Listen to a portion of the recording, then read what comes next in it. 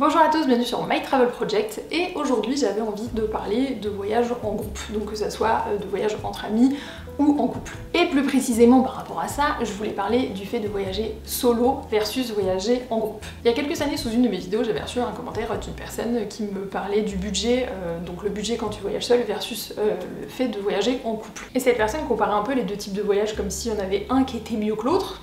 Et comme pour ma vidéo sur le budget en voyage, j'ai l'impression qu'il y a une forte valorisation du voyage solo versus le fait de voyager soit en couple ou de voyager entre amis. Comme si le fait de voyager avec tes potes ou le fait de voyager avec ton copain ou ta copine, c'était un peu la solution de facilité par rapport au fait de voyager solo. Genre ça serait un peu la solution de confort, tu vois. Et je suis pas d'accord. Pour le coup, j'ai fait les deux, je te dirais même les trois. C'est-à-dire que j'ai déjà voyagé avec des potes forcément, j'ai déjà voyagé solo plusieurs fois et j'ai déjà voyagé en couple. Et je ne suis pas d'accord avec cette valorisation du voyage solo, même si j'adore voyager solo.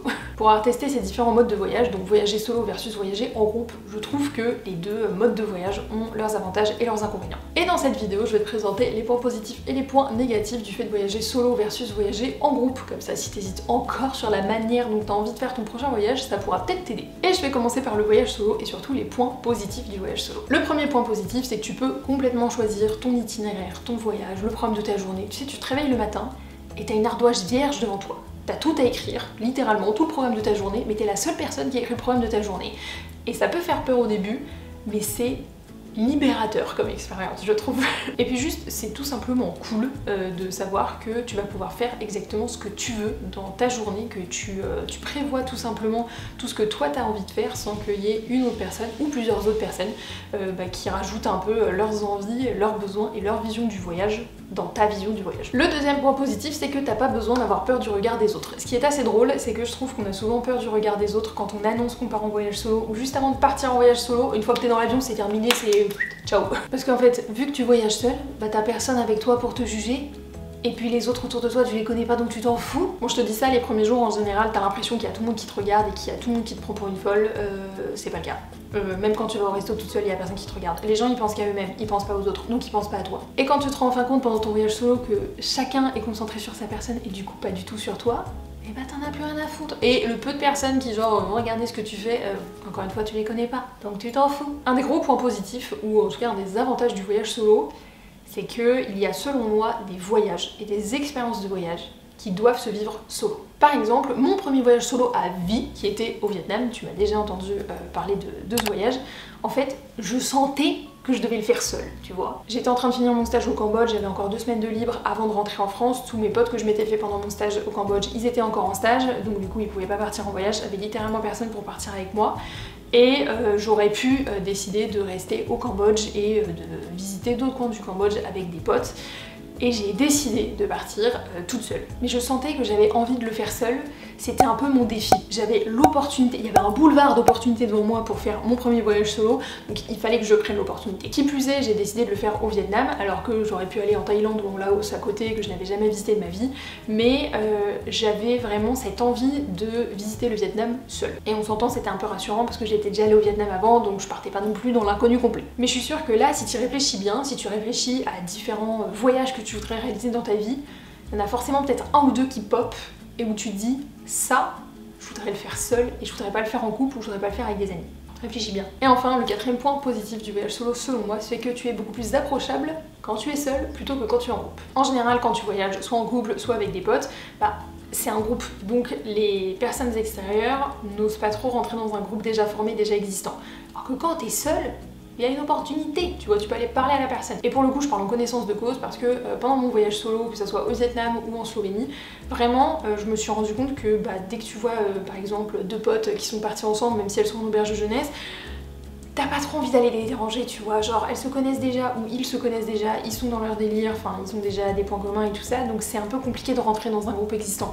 Alors que la personne qui est toute seule, genre sur le rooftop de l'auberge, c'est peut-être plus facile juste d'aller lui dire bonjour, comment tu t'appelles, plutôt que 2 personnes qui se connaissent déjà et qui sont en train de se taper des barres sur le canapé d'à côté, tu vois. Mais il existe aussi des points négatifs au voyage solo, dont je me suis aussi rendu compte ou que j'ai aussi vécu. Forcément, même si voyager seul c'est une super expérience, et que t'as peut-être envie de vivre certaines expériences de voyage seule, il y a peut-être d'autres expériences que tu as envie de vivre avec des potes ou en couple, tout simplement. Et ça veut pas dire que pendant ton voyage solo, tu vas vivre que des expériences genre complètement seule, tu vas forcément rencontrer des gens, mais parfois il y a des expériences que tu as envie de vivre avec des gens dont tu te sens plus proche que les personnes que tu vas rencontrer en voyage. Le deuxième point négatif, et je pense que on est beaucoup à être passé par là, c'est que tu peux parfois te sentir un petit peu dépassé par les événements. D'un coup, tu pars en voyage seul, donc tu portes la responsabilité entière d'un voyage seul. Alors que quand tu voyages avec ton copain, ta copine ou avec des potes, en général, ça se répartit un peu les responsabilités, tu vois, ça se répartit les tâches, il y en a un qui va réserver les logements, il y en a un autre qui va regarder où tu vas sortir ce soir, et le dernier, il va réserver les billets pour la visite du musée cet après-midi. Tu sais aussi que si tu voyages en couple ou avec des potes,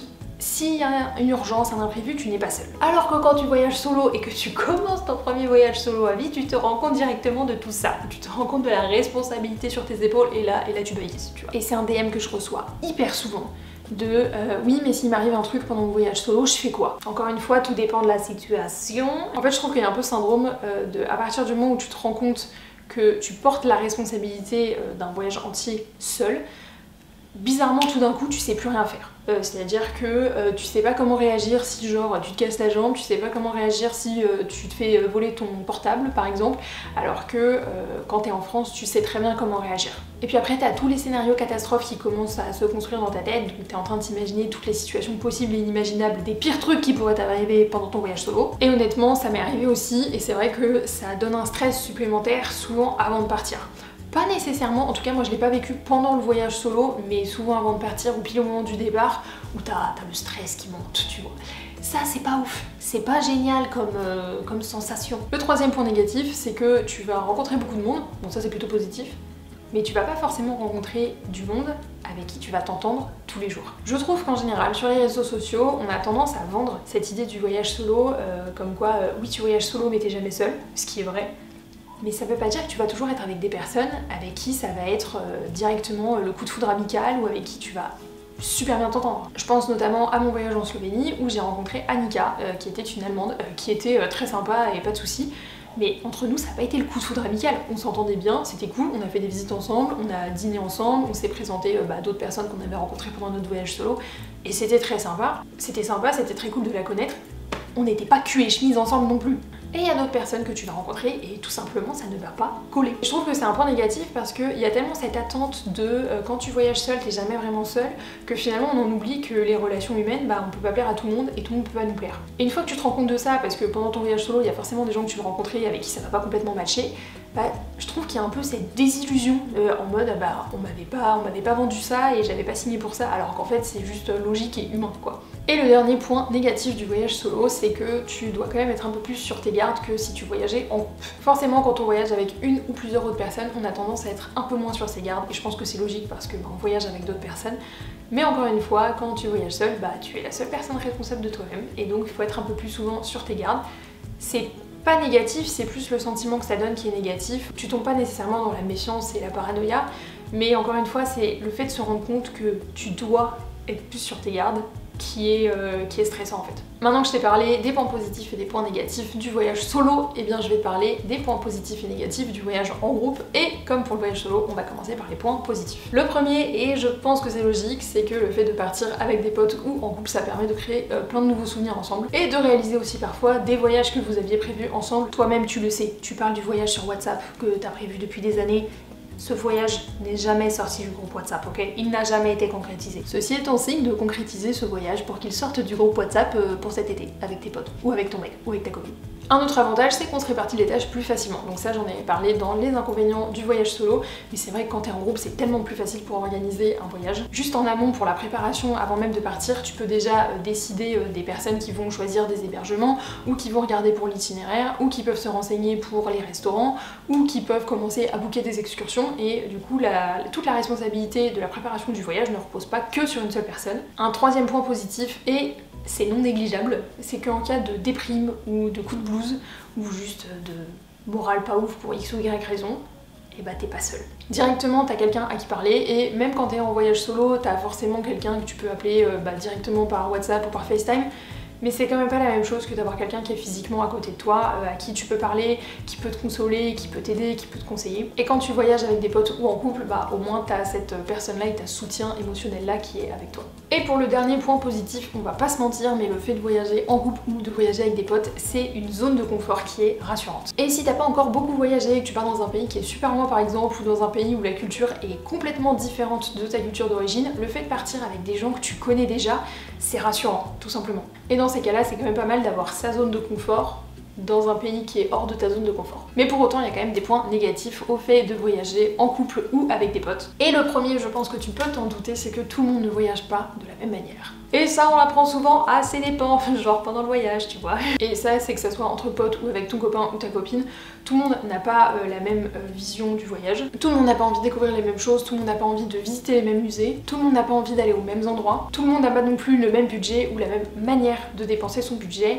Et quand tu t'en rends compte pendant le voyage, c'est pas très agréable. Le deuxième point négatif selon moi va beaucoup plus s'appliquer pour les voyages entre potes que les voyages en couple, quoique ça pourrait aussi s'appliquer, mais c'est que de voyager entre potes ça crée souvent des déséquilibres. Pour moi déjà, à partir du moment où vous êtes plus que deux à voyager, ça peut créer des mini-groupes au sein du groupe, et donc des tensions qui vont avec. Il y a aussi souvent le schéma un peu classique des personnes qui organisent et des personnes qui vont juste suivre. Et pour avoir déjà été dans ce schéma-là, c'est pas très agréable d'être la personne qui organise tout, que les autres personnes suivent et ensuite critique évidemment tes choix d'organisation.